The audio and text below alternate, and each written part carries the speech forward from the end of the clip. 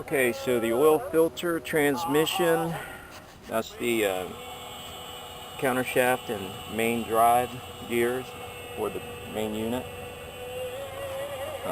Crankshaft, pistons are in, rebuilt, checked. Everything's measured, bearings were measured, and new case, new engine case here. So I did swap out the shift drum. Should be good. And everything's good.